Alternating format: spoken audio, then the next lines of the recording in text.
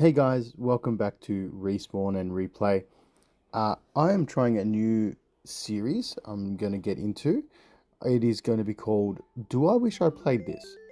Now, what I mean by that is in the series I'm going to be talking about games from way back, but I want to play games I've never really played before, or only like really tried a little bit. But what I'm thinking, like games like old Nintendo, Super Nintendo, Nintendo 64, retro stuff. Even GameCube, like those type of games that I may not have had a chance to play at the time. For example, I might have seen a game at Blockbuster or my local video shop, but I never got a chance to borrow it because it was always rented out. Or I was too busy borrowing my favorites like Super Mario 3 or Mega Man 3 at the time. The game I want to get into today, Super Ghouls and Ghosts on the Super Nintendo, and I really wanted to give this game a shot. I've played through a majority of it. I'm not going to say I finished it, but I have, from what I've played, I love it. It's these type of games that were like the original Souls-likes, they were difficult to play, they were hard, but they were rewarding.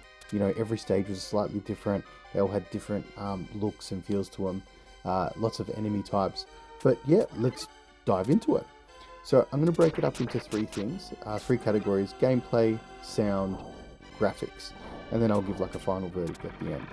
Now, a bit of a background. This game came out in 1992, and it came out on the Super Nintendo.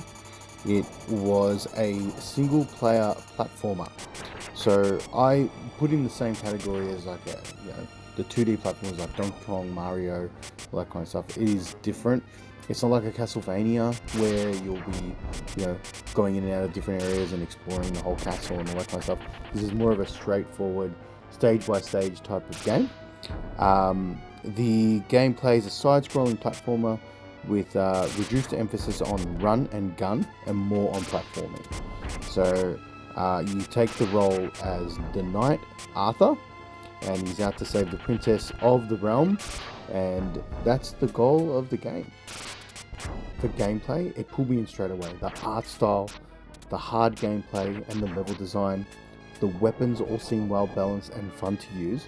The only one I didn't like was probably the spear, but the mega armor was good. It powers up your character's weapons, but it doesn't necessarily give you extra hit points. It was I don't know, it looked awesome, and it gave like the weapon, for example, was able to do a different effect onto the sound. Now, the sound was awesome. I love the soundtracks. They're all memorable. They match the stages perfectly well.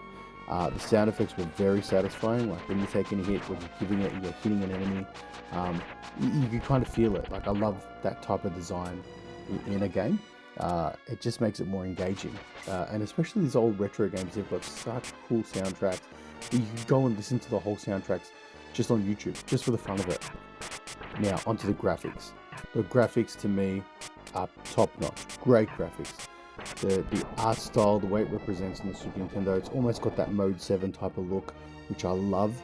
The over-the-top movements, the animations for each enemy, they all look different, and they all do things in different ways.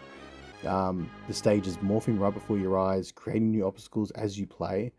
The boss animations, I was fighting one that was like a snake, and it just literally was twirling around me the whole time, and I was just shooting it, and it was going bigger and smaller. Like it looked cool. Come on.